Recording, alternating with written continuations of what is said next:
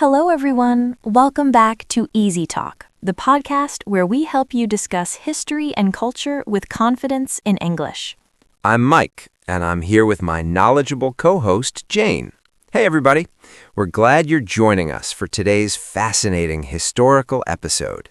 If you're new here, welcome to our community. We make English learning engaging, practical, and connected to understanding world history and culture. And to our returning listeners, thank you for being part of this journey. Before we begin, please subscribe to our channel, give us a thumbs up, and turn on notifications. It helps us reach more English learners worldwide. Also, we have a special question for you at the end of this episode. We genuinely want to hear your perspectives, especially from our Iranian listeners. Ready for today's topic, Jane? Absolutely. Today, we're exploring a fascinating period of Iranian history. Mike, what do you know about the Shah of Iran? Honestly, not much beyond what I've seen in history documentaries. I know Iran used to have a monarchy, and there was a revolution in 1979, but I don't know the details. That's actually where most people are. The history of modern Iran and the last Shah is incredibly important to understanding the Middle East today, but it's not widely taught in schools. Why is it important? Because Iran's transformation from a monarchy to an Islamic republic in 1979 was one of the most significant geopolitical events of the 20th century.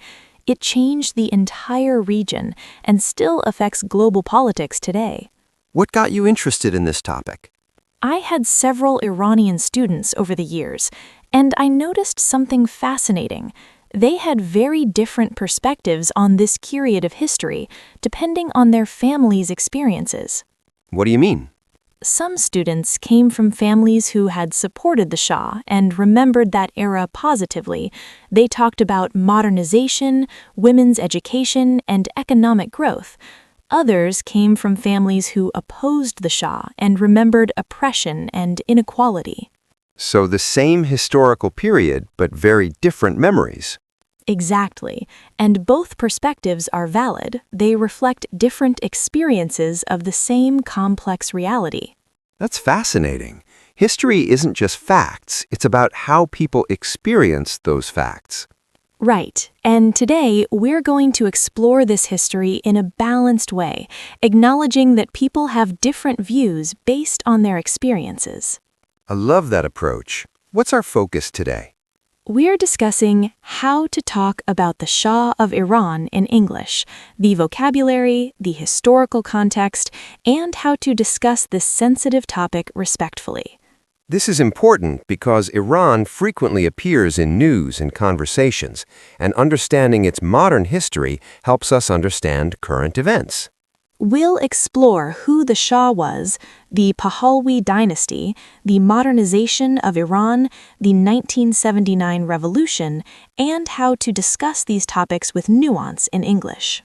We'll share historical facts, teach you relevant vocabulary, and help you navigate these conversations with sensitivity. And at the end, I'll do our quick vocabulary review with 10 essential terms for discussing monarchy, revolution, and Iranian history. Let's begin this important historical conversation. All right, Mike, let's start with the basics. Who was the Shah of Iran? First, what does Shah mean? Shah is the Persian word for king. It's an ancient title used for Persian monarchs for thousands of years. When we talk about the Shah, we usually mean the last Shah, Mohammad Reza Pahlavi. When did he rule? Mohammad Reza Pahlavi ruled from 1941 to 1979, almost 38 years. He came to power during World War II when his father was forced to abdicate. Why was his father forced to abdicate? His father, Reza Shah Pahlavi, had sympathies towards Nazi Germany. The Allies, Britain and the Soviet Union, occupied Iran during World War II and forced him to step down in favor of his son, who was only 21 years old at the time. So Mohammad Reza became Shah very young during wartime. Exactly. He inherited a country occupied by foreign powers, which shaped his entire reign. He was always concerned about foreign interference and Iran's sovereignty. Let's back up. How did the Pahlavi dynasty begin? Good question. The Pahlavi dynasty was actually quite new. It started in 1925 with Reza Shah, Mohammad Reza's father. What happened before that? Before 1925, Iran was ruled by the Qajar dynasty, which had governed since 1789. By the early 20th century, Iran was weak, economically struggling, and dominated by foreign powers, mainly Britain and Russia. So there was instability. Yes. In 1921, Reza Khan, a military officer, led a coup. He became prime minister and then, in 1925, convinced the parliament to depose the Qajar Shah and make him the new Shah, establishing the Pahlavi dynasty. So he basically took power? Essentially, yes, but it's important to note that Iran had constitutional movements and a parliament. The change had some legal framework, though it was driven by military power. What did Reza Shah do as ruler? He focused on modernization and centralization. He built Iran's first university, expanded railways, created a modern army, and promoted industrialization. Sounds progressive? In some ways, yes, but he was also authoritarian. He suppressed political opposition, controlled the press, and forced cultural changes that some Iranians resented. Give me an example of cultural changes. One controversial policy was banning the traditional chador and veil for women in 1936. He wanted Iran to look more Western, but many religious and traditional families saw this as attacking their values. So modernization, but forced. Exactly. This tension between modernization and tradition would continue throughout the Pahlavi dynasty. Now let's talk about Mohammad Reza Shah. What was his reign like? His reign can be divided into different phases. The 1940s and 1950s were turbulent. He survived an assassination attempt in 1949, and in 1951, Prime Minister Mohammad Mossadegh nationalized Iran's oil industry. What does nationalized mean? It means the government took control of the oil industry from foreign companies, particularly the Anglo-Iranian Oil Company. That seems like Iran taking control of its own resources. That's how many Iranians saw it. Mossadegh was hugely popular, but Britain and the United States saw it as a threat to their interests. What happened? In 1953, a CIA-backed coup overthrew Mossadegh and restored the Shah to full power. This event, known as Operation Ajax, is incredibly important to understanding Iranian history. Why? Because many Iranians saw this as foreign powers, specifically the US and UK, interfering in their democratic process to protect oil interests. It created deep resentment and distrust. And the Shah? After 1953, the Shah had much more power and became increasingly autocratic. He relied heavily on US support. What were the next decades like? The 1960s and 1970s saw massive modernization programs. The Shah launched the White Revolution in 1963, a series of reforms including land redistribution, women's suffrage, and literacy programs. Those sound positive. Many aspects were positive. Women gained the right to vote, literacy increased dramatically, Iran's economy grew rapidly with oil revenues, universities expanded, Iran had one of the fastest-growing economies in the world. So what went wrong? Several things. First, the benefits weren't equally distributed. While Tehran became modern and cosmopolitan, rural areas remained poor.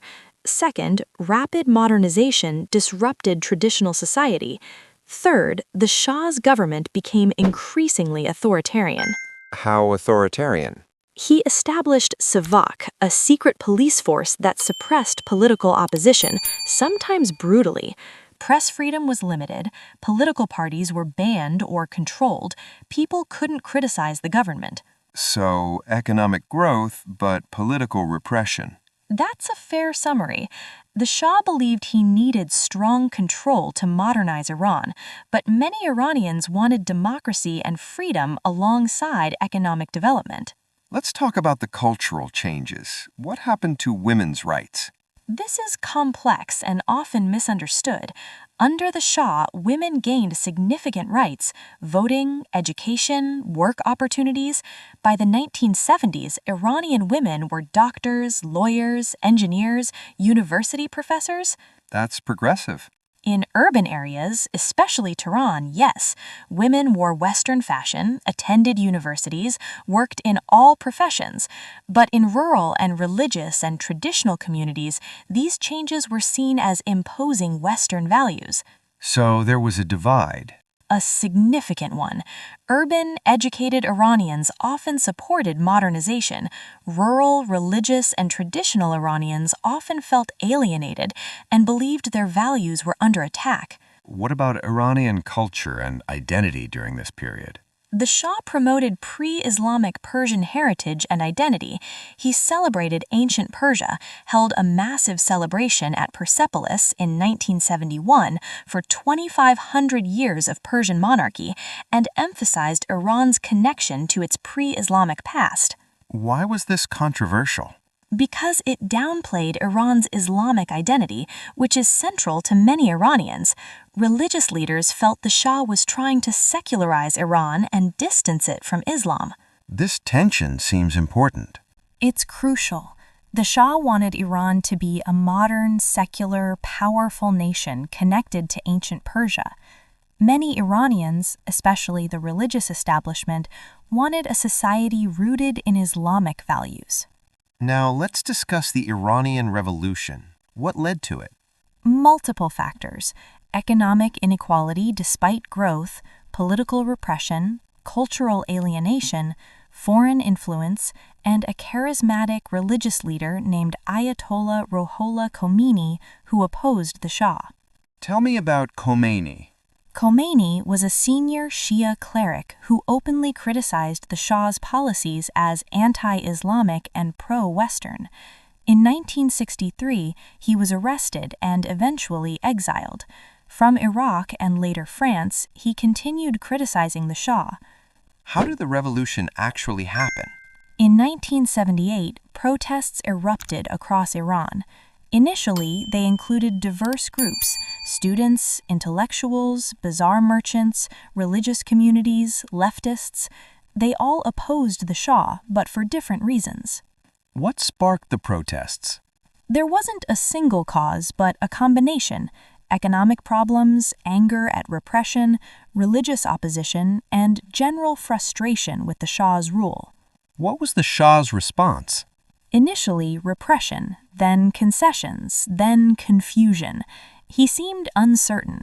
His health was also failing. He had cancer, which wasn't publicly known. When did he leave? In January 1979, he left Iran ostensibly for a vacation, but he never returned.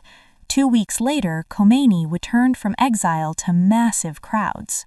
What happened next? The Islamic Republic was established. A referendum was held, and Iranians voted overwhelmingly for an Islamic government. Khomeini became supreme leader. Where did the Shah go?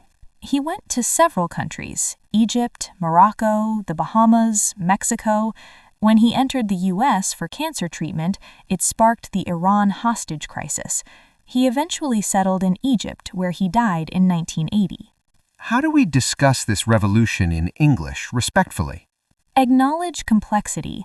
Don't say, "the people overthrew a good king," or "the people overthrew a tyrant." Say, "Iranians from various backgrounds participated in a revolution that ended the monarchy and established the Islamic Republic." So avoid oversimplification? Exactly. The revolution meant different things to different people. Some wanted democracy, some wanted Islamic government, some wanted social justice, some wanted to end foreign influence. What happened to people who supported the Shah? Many left Iran. This created a significant Iranian diaspora, especially in the US, UK, and France. Those who stayed faced varying situations depending on their level of involvement with the previous regime. Let's talk about Iranian perspectives on the Shah. What have you learned? As I mentioned, perspectives vary widely. Some Iranians, especially those who left after the revolution, remember the Shah era positively. They remember freedom, prosperity, and opportunities. And others? Others remember oppression, inequality, Savak's brutality, and foreign domination.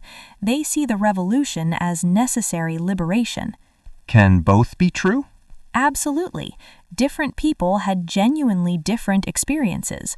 A wealthy family in North Tehran had a very different life than a poor family in a rural village. How do we navigate these different perspectives in conversation? Listen without judgment. If someone shares their family's experience, believe them. Don't say, actually, the Shah was good, or actually, the Shah was bad. Say, thank you for sharing your perspective. So, honor individual experiences? Yes, you can hold your own informed opinion, but recognize that for many people, this isn't abstract history, it's their family's lived experience. Let's discuss Iranian culture and contributions. What should people know? Iran has an extraordinary cultural heritage, one of the world's oldest continuous civilizations. Persian literature, poetry, art, architecture, and science have influenced humanity for millennia. Give me examples. Persian poets like Rumi, Hafez, and Omar Khayyam are read worldwide. Persian miniature painting influenced art across Asia. Persian gardens inspired Islamic garden design. Iranian cinema is internationally acclaimed. What about science? Ancient Persians made advances in mathematics, astronomy, and medicine. More recently, Iranian scientists have won international prizes, and Iran has a robust university system.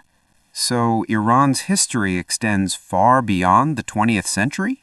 Iran's history spans over 5,000 years. The Shah era and the revolution are just one chapter in a much longer, richer story. Let's discuss vocabulary for talking about monarchy. What terms should learners know? Monarch means a king or queen. Monarchy is the system of government with a monarch. Dynasty is a sequence of rulers from the same family. What about abdicate? To abdicate means to voluntarily give up the throne. Reza Shah was forced to abdicate in 1941. Succession? Succession means the process of inheriting a title or position. Mohammad Reza succeeded his father. What about revolution vocabulary? Revolution is the overthrow of a government or social order. Revolt or uprising are smaller-scale rebellions. A coup is a sudden seizure of power, usually by the military. Regime? Regime means a government, especially one seen as authoritarian. It's often used for governments the speaker doesn't support, so it carries negative connotations. How do we talk about the Shah specifically in English? You can say the Shah, Mohammad Reza Pahlavi, or the last Shah of Iran. Don't say the King of Iran. That's not the correct title. Shah is Persian for king, so use that term. What about his wife?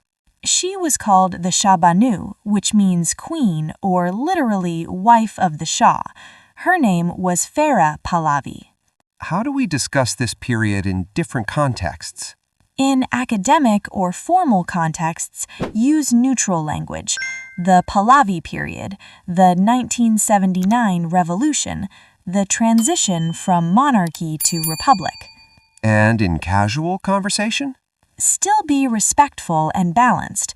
You might say, Iran used to have a king until 1979, or Iran's political system changed dramatically in the late 1970s. What if someone asks your opinion on whether the Shah was good or bad? You can say, history is complex. The Shah's era had modernization and growth, but also repression. Different Iranians have different perspectives based on their experiences. That's diplomatic and accurate.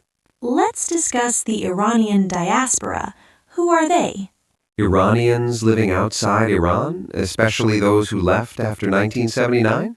Yes, there are large Iranian communities in the U.S., especially California, UK, Canada, Germany, France, and the UAE. Why did they leave?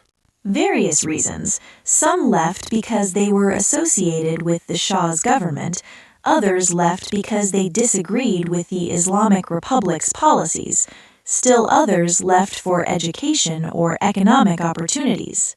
Do they maintain Iranian culture? Very strongly. Iranian diaspora communities celebrate Persian New Year, Nowruz, maintain Persian language, cook Persian food, and preserve traditions. What's Nowruz? Nowruz is Persian New Year, celebrated on the spring equinox, around March 20th, 21st. It's over 3,000 years old and predates Islam. It's celebrated by Iranians worldwide, regardless of religion or political views. So it's a unifying cultural tradition? Exactly. It transcends political divisions and connects Iranians to their ancient heritage. Let's talk about how the Shah era affects current events. Why does it still matter? Because it shapes Iranian national identity and politics. Mistrust of foreign intervention, especially American, stems partly from the 1953 coup. The tension between tradition and modernization continues. So understanding that history helps understand today? Absolutely. Iran's current policies, its resistance to foreign pressure, its emphasis on sovereignty, its Islamic character, can't be understood without knowing the Shah era and the revolution. How should we talk about modern Iran in relation to the Shah? Recognize that Iran has changed dramatically since 1979. Modern Iran is the Islamic Republic, not the monarchy. Don't refer to Iran today as if the Shah still rules. That ended over 45 years ago. But acknowledging that history helps understand the present. Yes, you might say, after the 1979 revolution, Iran's relationship with Western countries changed significantly. Or Iran's current government system was established after the monarchy ended. Before we move to vocabulary, any final thoughts? The Shah era represents a fascinating historical period: rapid modernization, cultural change, political tension, and ultimately revolution. It's a lesson in how quickly societies can transform. And in how different people can experience the same historical events very differently. Exactly. Whether you view the Shah's era positively or negatively often depends on who you were, where you lived, and what you valued. That's a powerful reminder that history is made up of millions of individual experiences. Beautifully said. Now let's do the vocabulary review. All right, everyone, time for our quick vocabulary review.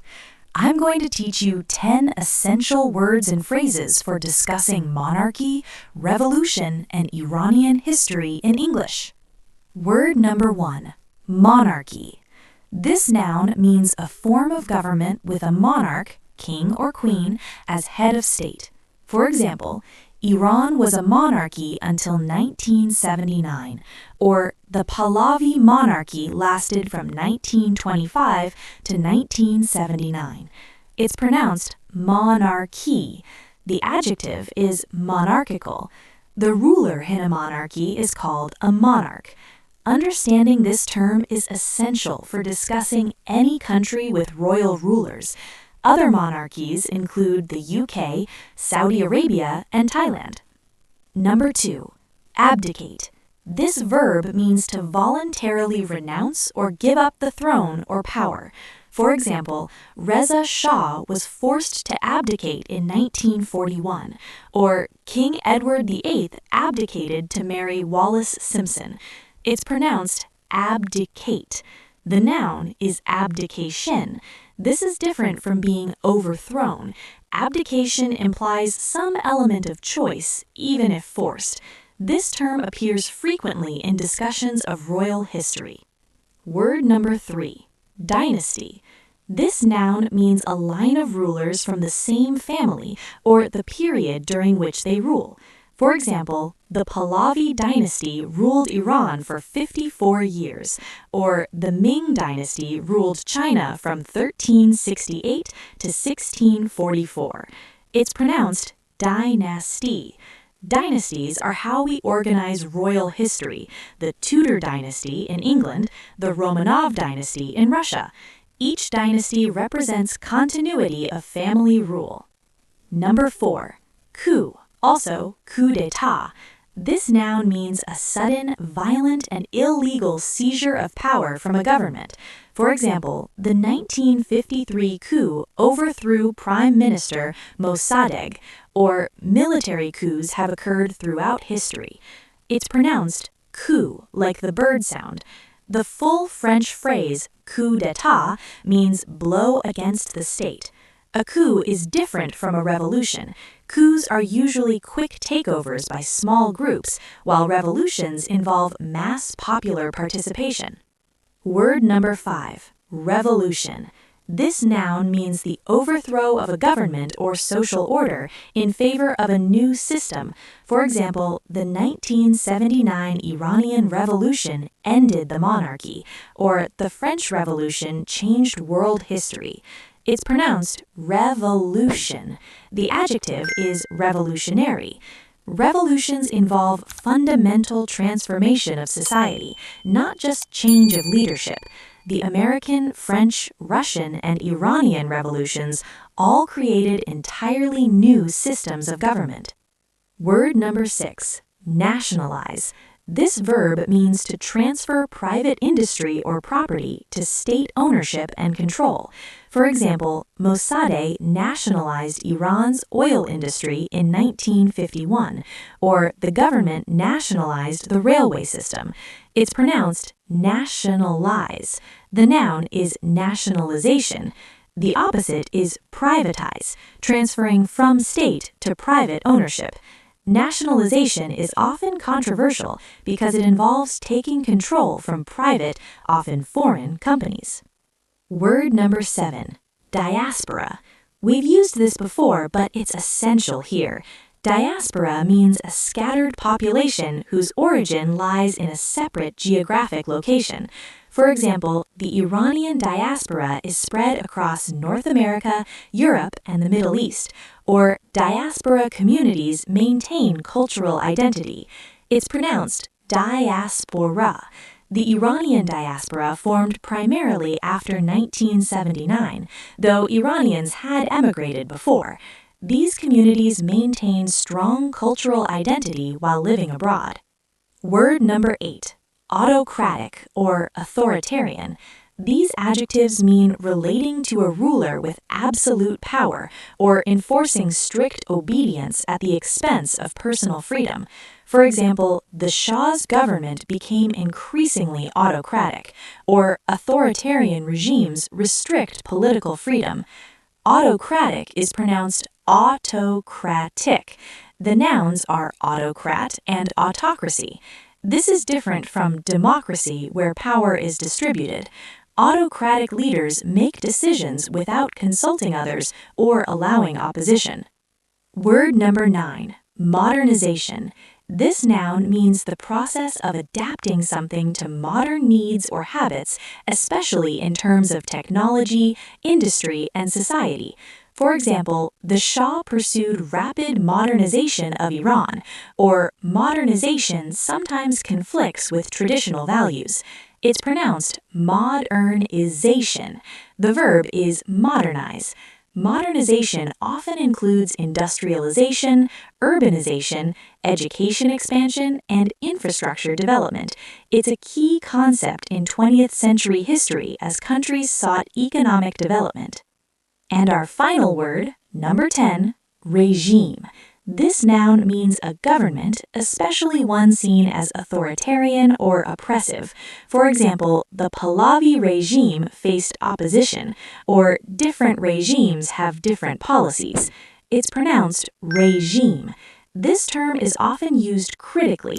You rarely hear people say our regime about their own government. They say our government or our administration. Regime typically used for governments the speaker views negatively or wants to depict as authoritarian. It's an important term but carries connotations.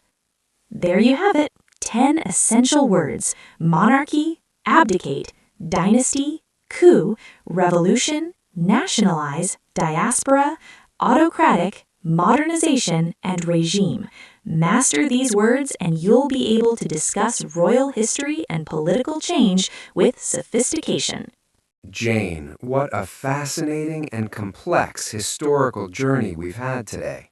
We explored the Pahlavi dynasty, the Shah's reign, modernization efforts, political tensions, and the 1979 revolution that ended the monarchy and established the Islamic Republic. We discussed how to talk about this sensitive period with nuance, acknowledging that people have genuinely different perspectives based on their experiences. And we gave you essential vocabulary and phrases for discussing monarchy, revolution, and Iranian history in English. Now, we want to hear from you. Here's our question of the day. Have you studied any other periods where societies transformed rapidly? What parallels do you see? Or if you're Iranian or from a family that experienced this era, what's something you'd like people to understand? Share your thoughts, experiences, and perspectives in the comments below. We especially value hearing from people with personal or family connections to this history. If this episode helped you understand Iranian history or gave you tools for discussing complex historical topics in English, please give it a thumbs up. Subscribe to Easy Talk and turn on notifications. We explore history, culture, and global events that help you grow as an English speaker and informed global citizen. Share this episode with friends, classmates, or anyone interested in Middle Eastern history or learning to discuss sensitive topics thoughtfully in English. Follow us on Instagram, Facebook, and TikTok at Easy Talk Podcast for daily content on history, culture, and language learning. Visit easytalkpodcast.com for additional resources, including reading lists and historical guides. Before we go, we want to leave you with this thought. History is never just one story. Behind every historical event are millions of individuals with different experiences, different losses, different hopes. The Shah era, the revolution, the transformation of Iran, these weren't just dates and facts. They were real people's lives changing, families separating, societies transforming. When we study history, we're not just learning what happened. We're trying to understand why people made the choices they did, what they valued, what they feared, what they hoped for. And we're reminded that rapid change, whether modernization or revolution, always creates winners and losers, supporters and opponents, nostalgia and hope. Use your English to engage with complex history thoughtfully. Ask questions with genuine curiosity. Listen to different perspectives. Build understanding across divides. Thank you for engaging with this important historical topic. Thank you for choosing nuance over simplification. I'm Mike. And I'm Jane, and this has been Easy Talk. Until next time, keep learning, keep thinking critically, and keep asking good questions. Goodbye, everyone. Remember, history is complex, people's experiences matter, and understanding begins with listening. Khuda Hafiz. Goodbye in Persian. This episode discusses a sensitive period of Iranian history with respect for diverse perspectives. We've aimed to present historical facts while acknowledging that Iranians have different views based on their families' experiences. This period is still deeply meaningful to many people. We encourage viewers to continue learning from multiple sources, including Iranian voices from various backgrounds, and to approach this topic with nuance and empathy. Our goal is to provide language skills and historical context for informed, respectful dialogue.